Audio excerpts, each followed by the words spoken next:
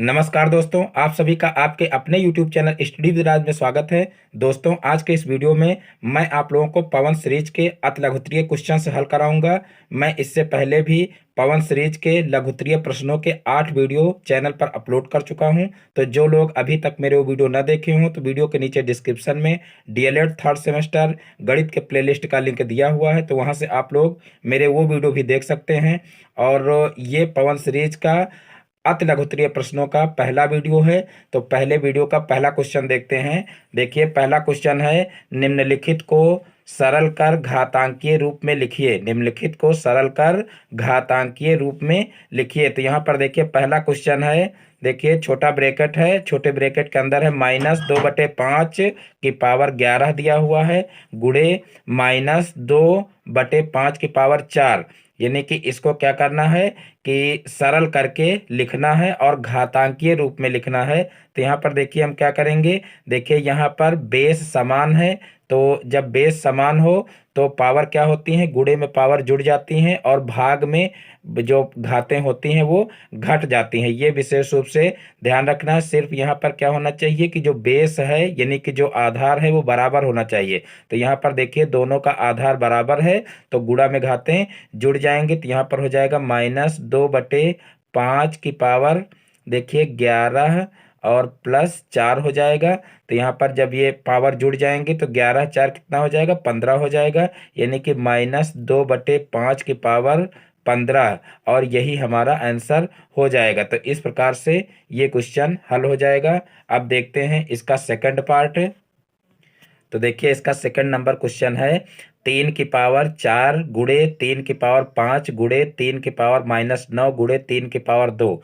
इसको हल करना है। तो देखिए, यहाँ पर भी बेस सभी का समान है और जो है यहाँ पर भी क्या करेंगे, गुणा में घातें जुड़ जाती हैं। तो यहाँ पर बेस समान है तो घातों को जोड़ देंगे। तो यहाँ पर देखिए 3 की पावर 4 + 5, और देखिए यहाँ पर माइनस है तो अगर हम यहाँ प्लस लगाएंगे तभी प्लस माइनस का गुणा होगा, तो प्लस माइनस की वजह से ये माइनस हो जाएगा। तो इसलिए यहाँ पर इसको माइनस के रूप में ही रखेंगे और फिर +2 हो जाएगा। अब यहाँ पर देखिए, जितने भी प्लस की संख्याएं हैं वो जुड़ जाएंगी और उसमें से फिर माइनस की संख्या घट जाएगी। तो यहाँ पर देखिए 5 4 9 हो जाएगा और 9 2 11 हो जाएगा, और 11 में से जो है 9 जाएगा तो कितना बचेगा, 3 की पावर 2 बचेगा। अब 3 की पावर 2 को हम चाहें तो 3 त्रिक 9 लिख सकते हैं, लेकिन यहाँ पर कहा गया है कि घातांकीय रूप में लिखिए। तो घातांकीय रूप में अगर लिखना हो तो हम यही इसका जो है आंसर रखेंगे, और अगर घातांकीय रूप में नहीं जो है इसको सिर्फ सरल करना होता तो यहाँ पर हम 3 त्रिक 9 भी इसका आंसर लिख सकते थे। तो इस प्रकार से ये क्वेश्चन भी हल हो जाएगा। अब देखते हैं नेक्स्ट क्वेश्चन। तो देखिए, नेक्स्ट क्वेश्चन है, 80 रुपये का 5 महीने का 2 पैसे प्रति रुपया मासिक दर से ब्याज ज्ञात कीजिए। 80 रुपये का 5 महीने का 2 पैसे प्रति रुपया मासिक दर से ब्याज ज्ञात कीजिए। तो देखिए, इस क्वेश्चन को कैसे करेंगे। 80 रुपये का 5 महीने का 2 पैसे प्रति रुपया मासिक दर से ब्याज दिया हुआ, तो यानी कि यहाँ पर हमको जो है 1 रुपये का 1 माह का ब्याज कितना दिया हुआ है, 2 पैसे दिया हुआ। तो यहाँ पर हम ये लिख लेंगे, चूंकि 1 रुपये का 1 माह का ब्याज बराबर 1 माह का ब्याज बराबर, तो देखिए 1 माह का ब्याज कितना दिया हुआ है, 2 पैसे दिया हुआ है। इसको अगर हम रुपए में चेंज करना चाहें तो देखिए क्या हो जाएगा, 0.02 रुपये। ये यहाँ पर देखिए रुपए में चेंज हो जाएगा। तो इस प्रकार से 1 रुपये का 1 माह का ब्याज कितना होगा, 0.02 रुपये। अब यहाँ पर हम जो है 80 रुपये का 1 माह का ब्याज निकाल लेंगे, क्योंकि 80 रुपये का ब्याज हमको 5 महीने का निकालना है। तो सबसे पहले हम जो है यहाँ पर 80 रुपये का 1 महीने का निकाल लेते हैं। तो देखिए 80 रुपये का 1 माह का ब्याज कितना हो जाएगा, 1 माह का ब्याज बराबर, तो देखिए जब हमको 1 रुपये का 1 माह का ब्याज पता है तो 80 रुपये का 1 माह का ब्याज क्या हो जाएगा, 80 से इसका गुणा कर देंगे। तो यहाँ पर देखिए 0.02 गुणे 80 हो जाएगा। और उसके बाद फिर देखिए जो है 80 रुपये का हमको 5 महीने का ब्याज ज्ञात करना है।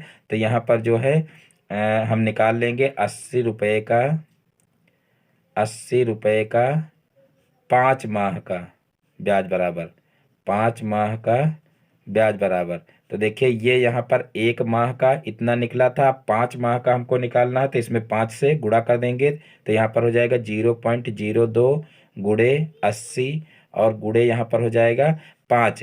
अब इन सभी का हम गुणा कर लेंगे तो देखिए 8×5 = 40, यानी कि यहाँ पर 400 हो जाएगा, और 400 का 2 से गुणा करेंगे तो 800 हो जाएगा, और 800 हो जाएगा तो यहाँ पर देखिए 2 अंकों के बाद दशमलव है, तो इसलिए यहाँ पर हम दशमलव लगा देंगे। तो इस प्रकार से देखिए ये 8 रुपया हो जाएगा, यानी कि हमारा 8 रुपया ही आंसर हो जाएगा। तो इस प्रकार से ये क्वेश्चन भी आसानी से हल हो जाएगा। अब देखते हैं नेक्स्ट क्वेश्चन। तो देखिए नेक्स्ट क्वेश्चन है 750 रुपये का 5% दर से 4 वर्ष का ब्याज ज्ञात कीजिए। 750 का 5% दर से 4 वर्ष का ब्याज ज्ञात कीजिए। तो यहाँ पर देखिए सर्वप्रथम हम लिख लेते हैं। यहाँ पर देखिए 750 रुपये का 5% दर से 4 वर्ष का ब्याज हमको निकालना है।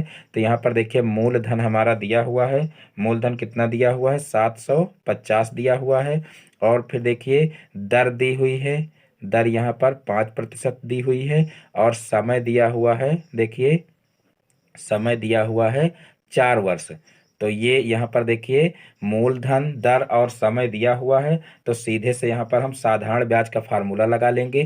तो देखिए साधारण ब्याज का फार्मूला क्या होता है, साधारण ब्याज बराबर, साधारण ब्याज बराबर, तो देखिए साधारण ब्याज का फार्मूला होता है मूलधन गुणे दर गुणे समय बटे 100। ये फार्मूला यहाँ पर लगा लेंगे, और फिर जो है इन सभी का मान रख लेंगे। तो यहाँ पर देखिए मूलधन दिया हुआ है 750, गुणे हो जाएगा दर कितनी दी हुई है 5, और गुणे समय दिया हुआ है 4, और बटे कर लेंगे 100। अब यहाँ पर देखिए इस जीरो से ये जीरो कैंसिल हो जाएगा, फिर 5 से 10 को कैंसिल कर लेंगे तो 5 दूना 10 हो जाएगा, फिर 2 से 4 को कैंसिल करेंगे तो 2 दूना 4 हो जाएगा। अब देखिए नीचे पूरी संख्या खत्म हो चुकी है, और ऊपर देखिए यहाँ पर 75 बचा है, और यहाँ पर 2 बचा है, तो 75 दूना कितना हो जाएगा 150 हो जाएगा। तो यहाँ पर देखिए 150 रुपया हमारा आंसर आ जाएगा, यानी कि 150 रुपया साधारण ब्याज हमारा जो है 4 वर्ष का हो जाएगा। तो इस प्रकार से ये क्वेश्चन भी आसानी से हल हो जाएगा। अब देखते हैं नेक्स्ट क्वेश्चन।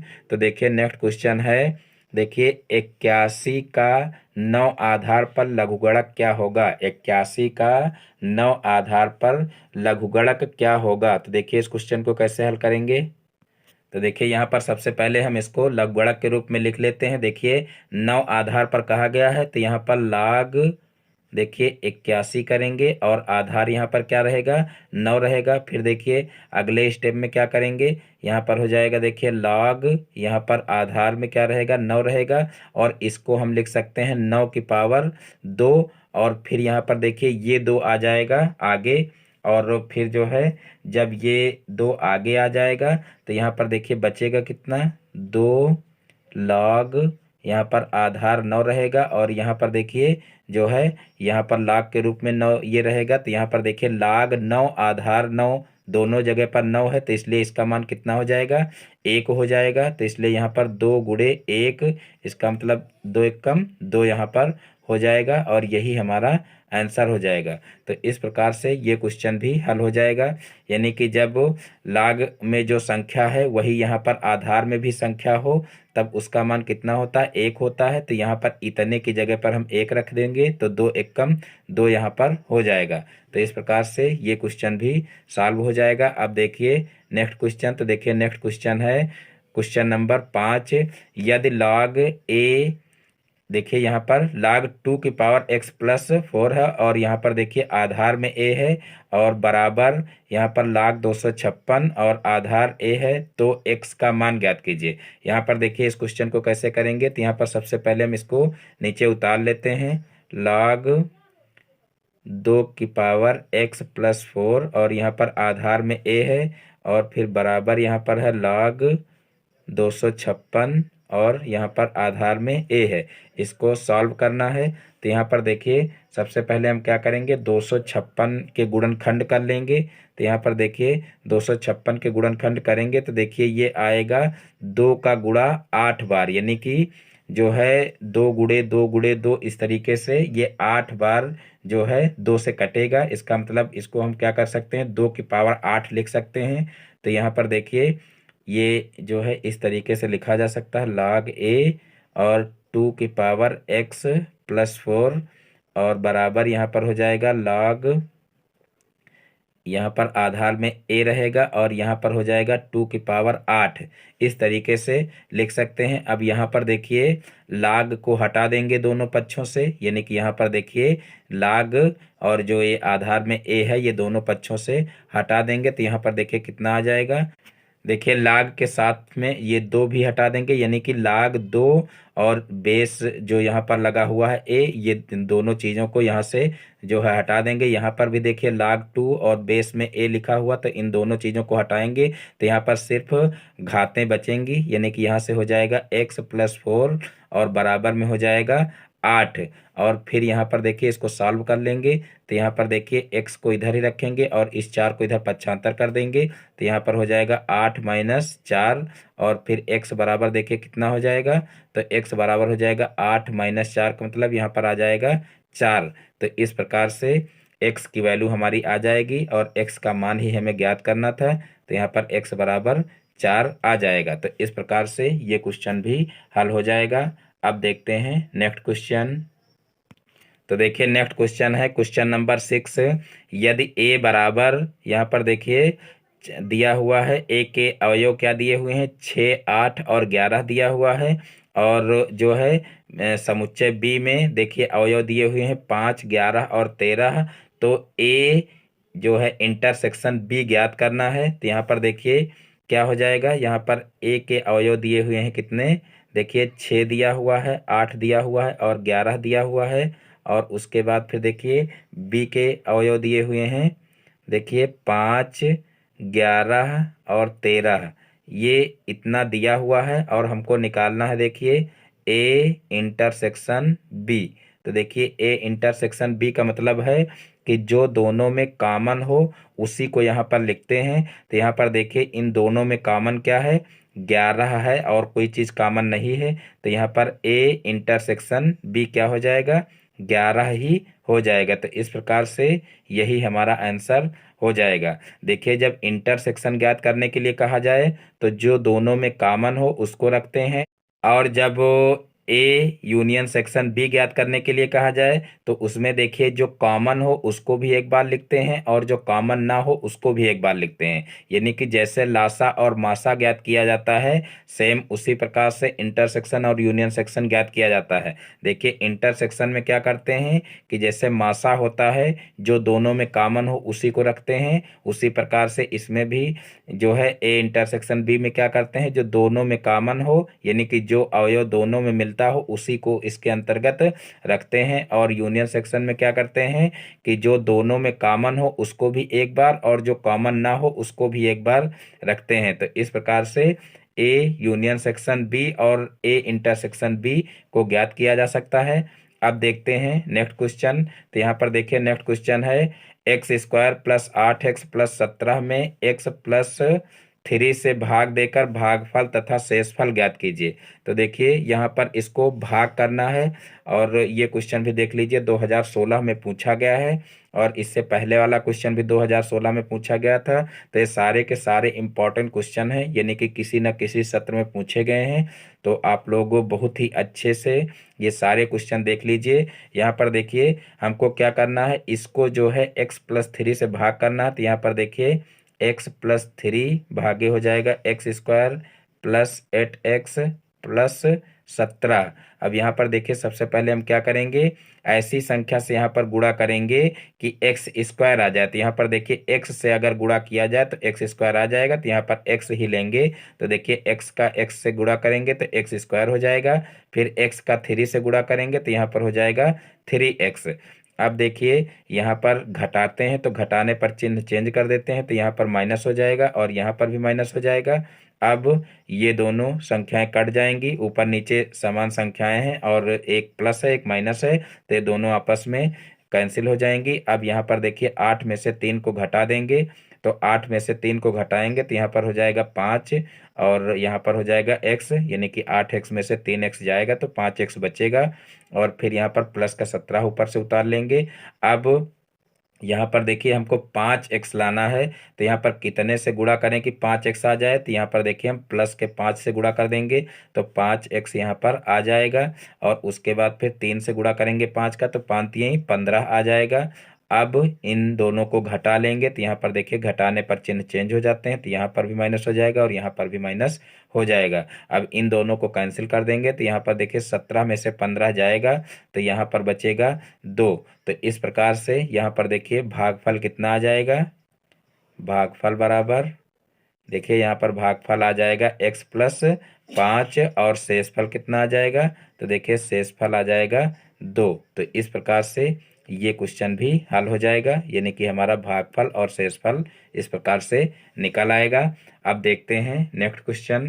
तो देखिए नेक्स्ट क्वेश्चन क्या है, तो देखिए नेक्स्ट क्वेश्चन है, बताइए a बराबर b है या नहीं।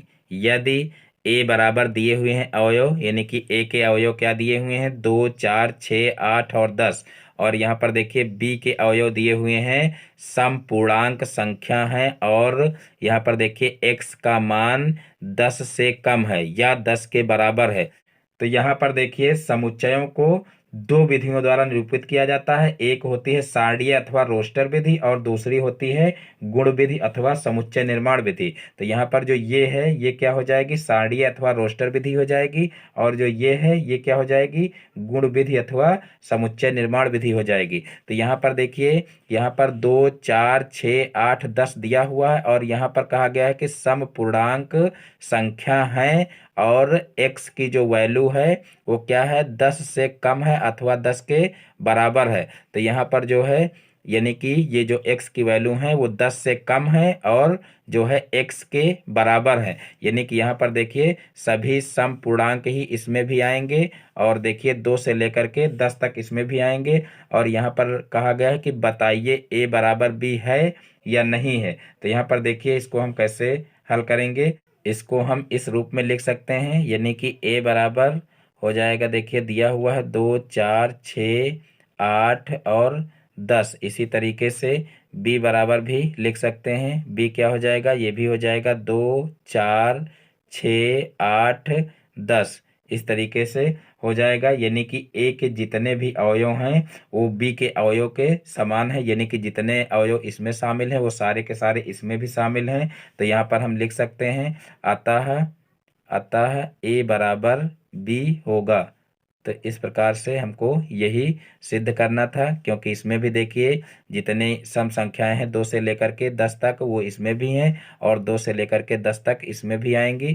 तो इस प्रकार से a बराबर b होगा। अब देखते हैं नेक्स्ट क्वेश्चन। तो देखिए नेक्स्ट क्वेश्चन है, समुच्चय a बराबर दिया हुआ है ABC और b बराबर दिया हुआ है BCAD। तो देखिए कहा गया है तो क्या ए सबसेट बी है, क्या बी सबसेट ए है, ये हमको ज्ञात करना है। यहाँ पर देखिए सी ये दिया हुआ है, इसको सबसेट पढ़ते हैं। तो यहाँ पर देखिए ए में दिया हुआ है कौन कौन से अवयव ए बी सी, और बी में दिया हुआ है BCAD। तो बताना है हमको कि क्या ए में जो है बी के सारे अवयव उपस्थित हैं, और यहाँ पर बताना है क्या बी में सी के सारे अवयव उपस्थित हैं। तो देखिए इसको हम कैसे करेंगे, यहाँ पर सबसे पहले हम लिख लेंगे चूंकि चूंकि ए के समस्त अवयव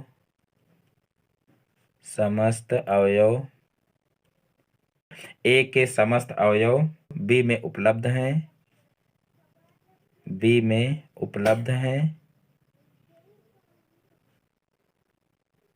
उपलब्ध यहाँ पर देखिए उपलब्ध हैं, अतः हम क्या लिख सकते हैं, इसलिए हो जाएगा ए सबसेट बी, यानी कि ए के जो समस्त अवयव हैं वो बी में उपस्थित हैं। अब यहाँ पर लिख लेंगे पुनः सेकंड नंबर में, यानी कि यहाँ पर जो ये ज्ञात करना है तो यहाँ पर लिख लेंगे। देखिए बी के समस्त अवयव, बी के समस्त अवयव, समस्त अवयव ए में उपस्थित नहीं है। देखिए बी के जो अवयव हैं वो समस्त अवयव ए में उपस्थित नहीं है, क्योंकि यहाँ पर देखिए ए और बी और सी ये तीन अवयव तो हैं, डी अवयव इसमें नहीं है। तो यहाँ पर देखिए लिखेंगे बी के समस्त अवयव ए में उपस्थित नहीं है, ए में उपस्थित नहीं है, उपस्थित नहीं है। अतः क्या हो जाएगा, B is not subset A. इस तरीके से इसको कर देंगे, यानी कि जो है बी के समस्त अवयव ए में उपस्थित नहीं है। यहाँ पर देखिए ए के समस्त अवयव बी में उपस्थित हैं, तो यहाँ पर ए सबसेट बी हो जाएगा। और यहाँ पर देखिए बी के जो समस्त अवयव हैं वो ए में उपस्थित नहीं है, इसलिए यहाँ पर B is not subset A हो जाएगा। तो इस प्रकार से ये यहाँ पर क्वेश्चन हो जाएगा। अब देखते हैं नेक्स्ट क्वेश्चन। तो यहाँ पर देखिए नेक्स्ट क्वेश्चन है A B plus A C plus A D के गुणनखंड कीजिए। A B plus A C plus A D के गुणनखंड कीजिए। तो यहाँ पर देखिए A B plus A C plus A D दिया हुआ है, यहाँ पर देखिए डी है, ए डी दिया हुआ है और इसके हमको गुणनखंड करने हैं। तो यहाँ पर देखिए सभी में ए कामन मिल रहा है, तो यहाँ पर हम ए कामन ले लेंगे। तो यहाँ पर देखिए बी बच गया, यहाँ से सी बच गया और यहाँ से डी बच गया, तो यही इसके गुणनखंड हो जाएंगे। अब देखते हैं नेक्स्ट क्वेश्चन। तो देखिए नेक्स्ट क्वेश्चन है, देखिए 7x प्लस वाई का होल क्यूब प्लस यहाँ पर देखिए 14x प्लस वाई का होल स्क्वायर प्लस 28 और x प्लस वाई के गुणनखंड कीजिए। तो यहाँ पर देखिए सबसे पहले हम इसको उतार लेते हैं नीचे। 7x प्लस वाई का होल क्यूब हो जाएगा और प्लस यहाँ पर हो जाएगा 14x प्लस वाई का होल स्क्वायर और प्लस हो जाएगा 28x प्लस वाई। तो यहाँ पर देखिए x प्लस वाई सभी में कॉमन मिल रहा है और यहाँ पर देखिए 7 भी कॉमन मिल रहा है। तो यहाँ पर हम 7x प्लस वाई कॉमन ले लेंगे और फिर यहाँ से देखिए क्या बच जाएगा, तो यहाँ से बचेगा x प्लस वाई का होल स्क्वायर। तो यहाँ पर देखिए x प्लस वाई का होल स्क्वायर हो जाएगा और फिर प्लस यहाँ से देखिए बचेगा 7 दूनी 14 यानी कि 2 बचेगा और x प्लस वाई एक कॉमन में चला जाएगा, तो यहाँ से x प्लस वाई एक बच जाएगा और फिर यहाँ पर देखिए 7 चौक 28 यानी कि यहाँ पर 4 बचेगा और x प्लस वाई कॉमन में चला गया, तो यहाँ पर सिर्फ 4 ही बचेगा। तो इस प्रकार से ये क्वेश्चन भी हल हो जाएगा। अब देखते हैं नेक्स्ट क्वेश्चन। तो देखिए नेक्स्ट क्वेश्चन है क्वेश्चन नंबर 12, एक्स क्यूब और फिर ब्रैकेट के अंदर है ए स्क्वायर माइनस बी सी और प्लस 3x स्क्वायर, फिर ब्रैकेट के अंदर है ए स्क्वायर माइनस बी सी का होल स्क्वायर और फिर प्लस 4x और फिर ब्रैकेट में है ए स्क्वायर माइनस बी सी के गुणनखंड कीजिए। तो देखिए इसके हमको गुणनखंड करने हैं, तो यहाँ पर सबसे पहले हम इसको उतार लेते हैं। एक्स क्यूब दिया हुआ है और ब्रैकेट में दिया हुआ ए स्क्वायर माइनस बी सी और फिर हो जाएगा यहाँ पर देखिए 3x स्क्वायर और उसके बाद फिर देखिए यहाँ पर हो जाएगा ब्रैकेट में ए स्क्वायर माइनस बी सी का होल स्क्वायर और फिर प्लस का है 4x और फिर ब्रैकेट में है देखिए ए स्क्वायर माइनस बी सी। अब यहाँ पर देखिए इन सभी में कॉमन क्या दिख रहा है, तो यहाँ पर देखिए x सभी में कॉमन दिख रहा है, तो यहाँ पर x कॉमन ले लेंगे और सभी में देखिए A square minus B C common मिल रहा है, तो यहाँ पर हम ए स्क्वायर और माइनस बी सी कॉमन ले लेंगे। फिर यहाँ पर देखिए बड़ा ब्रैकेट लगा देंगे और यहाँ से देखेंगे क्या बच रहा है, तो यहाँ पर देखिए यहाँ से एक्स स्क्वायर बच रहा है और फिर यहाँ पर हो जाएगा प्लस यानी कि ये पूरा इतना कॉमन में चला गया और फिर यहाँ से देखिए यहाँ से 3 बच जाएगा और जो है एक्स स्क्वायर कॉमन यहाँ पर लिए हैं, देखिए यहाँ पर देखिए सारी यहाँ पर केवल x कॉमन लिए हैं, तो यहाँ पर देखिए एक्स स्क्वायर बच गया और यहाँ से देखिए x कॉमन लिए हैं, तो यहाँ से बच जाएगा एक्स, और फिर यहाँ पर देखिए ये 2 बार लिखा हुआ है, यानी कि ए स्क्वायर माइनस बी सी का होल स्क्वायर है। तो यहाँ पर एक बार कॉमन में चला जाएगा तो एक बार यहाँ पर बच जाएगा। तो यहाँ पर देखिए ए स्क्वायर माइनस बी सी यहाँ पर एक बार बच जाएगा, और उसके बाद यहाँ पर देखिए प्लस हो जाएगा, और यहाँ पर प्लस देखिए एक्स कॉमन में चला गया तो यहाँ से 4 बचेगा, और यहाँ पर ये पूरा का पूरा कॉमन में चला गया तो यहाँ पर सिर्फ 4 ही बच जाएगा। तो इस प्रकार से यही हमारा आंसर हो जाएगा। तो इस प्रकार से इसके गुणनखंड किए जा सकते हैं। अब देखते हैं नेक्स्ट क्वेश्चन। तो देखिए नेक्स्ट क्वेश्चन है क्वेश्चन नंबर 13, 56, 42, 40, 38, 52, 48, 45, 44 तथा 40 का समांतर माध्य ज्ञात कीजिए। तो देखिए यहाँ पर हम सीधे से समांतर माध्य का फार्मूला लगा देंगे। तो यहाँ पर देखिए समांतर माध्य का फार्मूला क्या होता है वो लिख लेते हैं। समांतर माध्य बराबर होता है पदों का योग बटे पदों की संख्या, पदों का योग बटे पदों की संख्या, पदों की संख्या। तो यहाँ पर देखिए पदों का योग कर लेंगे। यहाँ पर दिया हुआ 56 प्लस 42 प्लस 40 और प्लस हो जाएगा 38 और प्लस 52 प्लस 48 हो जाएगा और प्लस 45 हो जाएगा और प्लस 44 हो जाएगा और प्लस 40 हो जाएगा। इस प्रकार से सभी पद हो जाएंगे। अब ये कितने पद हैं उनकी संख्या हम लिख लेते हैं। तो यहाँ पर गिन लेते हैं 1 2 3 4 5 6 7 8 9, 9 पद हैं कुल। तो यहाँ पर हम लिख लेते हैं। देखिए ऊपर भी गिन लेते हैं कि कोई पद छूटे ना। तो यहाँ पर देखिए 1 2 3 4 5 6 7 8 9, ऊपर भी 9 पद हैं। देखिए यहाँ पर क्वेश्चन में एक पद छूटा हुआ है, यानी कि जो पवन की सीरीज में क्वेश्चन दिया हुआ है यहाँ पर 45 2 बार है। तो यहाँ पर एक बार क्वेश्चन में लिख लेते हैं एक्स्ट्रा 45, यहाँ पर एक और है, और यहाँ पर भी जो है 45 एक और लिख लेते हैं जो कि लिखने के लिए छूट गया है।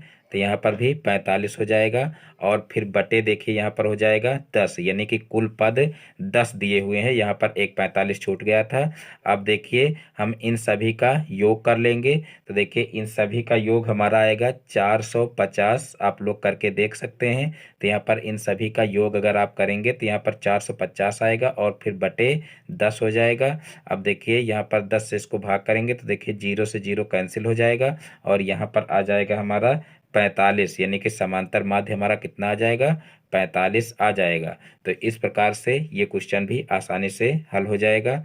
अब देखते हैं नेक्स्ट क्वेश्चन। तो देखिए नेक्स्ट क्वेश्चन है निम्न आंकड़ों की माध्यिका ज्ञात कीजिए। तो देखिए यहाँ पर आंकड़े दिए हुए हैं, इनकी हमको माध्यिका ज्ञात करनी है। तो सर्वप्रथम हम क्या करेंगे, इनको आरोही या अवरोही क्रम में आंकड़ों को व्यवस्थित कर लेंगे। तो यहाँ पर हम लिख लेंगे आरोही क्रम में पदों को लिखने पर, पदों को लिखने पर देखिए लिखने पर इनका क्रम क्या होगा। यहाँ पर देखिए आरोही क्रम में सबसे पहले हम लिख लेंगे। तो यहाँ पर इनका आरोही क्रम क्या होगा, सबसे पहले देखिए ये 143 है। तो यहाँ पर 143 लिख लेंगे, यानी कि सबसे छोटा पद। और 143 के बाद फिर देखिए 145 यहाँ पर है तो 145 लिख लेंगे। और फिर जो है देखिए 145 के बाद क्या क्या आएगा, तो देखिए 145 के बाद आ रहा है 148। तो यहाँ पर 148 को लिख लेंगे, और उसके बाद फिर 151 हो जाएगा, और 151 के बाद फिर देखिए 152 है यहाँ पर तो 152 हो जाएगा, और फिर 153 है तो 153 को लिख लेंगे, और फिर देखिए 155 है तो 155 को यहाँ पर लिख लेंगे। तो इस प्रकार से पदों का ये आरोही क्रम हो जाएगा। अब यहाँ पर हम पदों को गिन लेते हैं कि कितने पद हैं। तो यहाँ पर देखिए 1 2 3 4 5 6 7, यानी कि यहाँ पर देखिए पदों की संख्या 7 है जो कि विषम संख्या है। तो यहाँ पर हम लिख लेंगे पदों की संख्या बराबर, पदों की संख्या बराबर। तो देखिए पदों की संख्या है 7 जो कि एक विषम संख्या है। यहाँ पर देखिए जो कि विषम संख्या है। तो यहाँ पर देखिए इसके लिए हम जो है माध्यिका का विषम संख्या वाला फार्मूला लगा देंगे। यानी कि जब पदों की संख्या विषम हो तो कौन सा फार्मूला लगाते हैं, वही फार्मूला यहाँ पर लगाएंगे। तो देखिए माध्यिका बराबर हो जाएगा, माध्यिका बराबर हो जाएगा, देखिए जो है जब पदों की संख्या विषम हो तो इसके लिए फार्मूला होता है n+1/2वें पद का मान। तो ये फार्मूला यहाँ पर लगा देंगे, पद का मान। तो देखिए यहाँ पर n कितना है, 7 है, तो यहाँ पर 7 हो जाएगा और प्लस का 1 हो जाएगा और बटे में 2 हो जाएगा। अब यहाँ पर हो जाएगा 7 1 8, 8/2 हो जाएगा। अब इसको सरल करेंगे तो यहाँ पर हो जाएगा 2 चौको 8, यानी कि यहाँ पर हो जाएगा 4। तो यहाँ पर चौथे पद का मान यहाँ पर लिख लेंगे, चौथे पद का मान। तो देखिए चौथे पद का मान कितना आ जाएगा, तो यहाँ पर देखिए चौथे पद का मान ऊपर से देख लेते हैं, 1 2 3 4 यानी कि 151 आ जाएगा। तो यहाँ पर हम इसकी जगह पर लिख लेते हैं माध्यिका बराबर कितना हो जाएगा, माध्यिका बराबर हो जाएगा, देखिए चौथा पद है 100 कितना, 151। तो यहाँ पर देखिए 151 ही हमारा आंसर आ जाएगा। तो इस प्रकार से ये क्वेश्चन भी आसानी से किया जा सकता है। अब देखते हैं नेक्स्ट क्वेश्चन। तो देखिए नेक्स्ट क्वेश्चन है, एक कमरे की फर्श का क्षेत्रफल 48 वर्ग मीटर है। यदि उसकी ऊंचाई 5 मीटर हो तो कमरे का आयतन ज्ञात कीजिए। तो देखिए एक कमरे की फर्श का क्षेत्रफल दिया हुआ है और उसकी ऊंचाई दी हुई है, तो कमरे का आयतन ज्ञात करना है। तो देखिए इसको हम कैसे हल करेंगे, तो यहाँ पर देखिए सीधे से हम फार्मूला लगा देंगे कि कमरे का आयतन बराबर, कमरे का आयतन बराबर, तो देखिए कमरे का आयतन का फार्मूला होता है, देखिए लंबाई गुणे चौड़ाई गुणे ऊंचाई, और लंबाई गुणे चौड़ाई फर्श का क्षेत्रफल होता है। यानी कि यहाँ पर अगर हम इस तरीके से लिख लें, फर्श का क्षेत्रफल बराबर फर्श का क्षेत्रफल गुणे ऊंचाई, तो यहाँ पर देखिए ये हमारा जो है कमरे का आयतन निकल आएगा। यानी कि यहाँ पर देखिए फर्श का क्षेत्रफल का मतलब यहाँ पर लंबाई गुणे चौड़ाई हो जाएगी और फिर गुणे यहाँ पर ये ऊंचाई हो जाएगी। तो इस प्रकार से कमरे का आयतन भी निकल आएगा। तो यहाँ पर फर्श के क्षेत्रफल की जगह पर 48 लिख देंगे और गुणे ऊंचाई, ऊंचाई देखिए कितनी दी हुई है, 5 दी हुई, तो यहाँ पर गुणे में 5 कर लेंगे। तो इस प्रकार से 5 का 48 से गुणा कर लेंगे तो देखिए कितना हो जाएगा, 55 40, 40 का 0 हो जाएगा और 5 चौक 20 और 20 4 24 हो जाएगा। तो यहाँ पर देखिए 240 हमारा आ जाएगा और देखिए मीटर में दिया हुआ है और आयतन है, इसलिए कितना हो जाएगा, घन मीटर में हो जाएगा। यानी कि 240 घन मीटर हमारा आंसर आ जाएगा। तो इस प्रकार से ये क्वेश्चन भी हल हो जाएगा। इस प्रकार से आज के सारे क्वेश्चन समाप्त होते हैं। मैं उम्मीद करता हूं कि आज के सारे क्वेश्चन आप लोगों को बहुत ही अच्छे से समझ में आ गए होंगे। दोस्तों यदि हमारा वीडियो पसंद आया हो तो वीडियो को लाइक करें और इस चैनल पर नए हैं तो चैनल को सब्सक्राइब करें और बेल आइकन को भी प्रेस कर लें, जिससे हमारे आगे आने वाले वीडियो का नोटिफिकेशन आपके मोबाइल पर सबसे पहले पहुँचे। फिर मिलते हैं अपने नेक्स्ट वीडियो में एक नए टॉपिक के साथ में। तब तक के लिए जय हिंद, वंदे मातरम।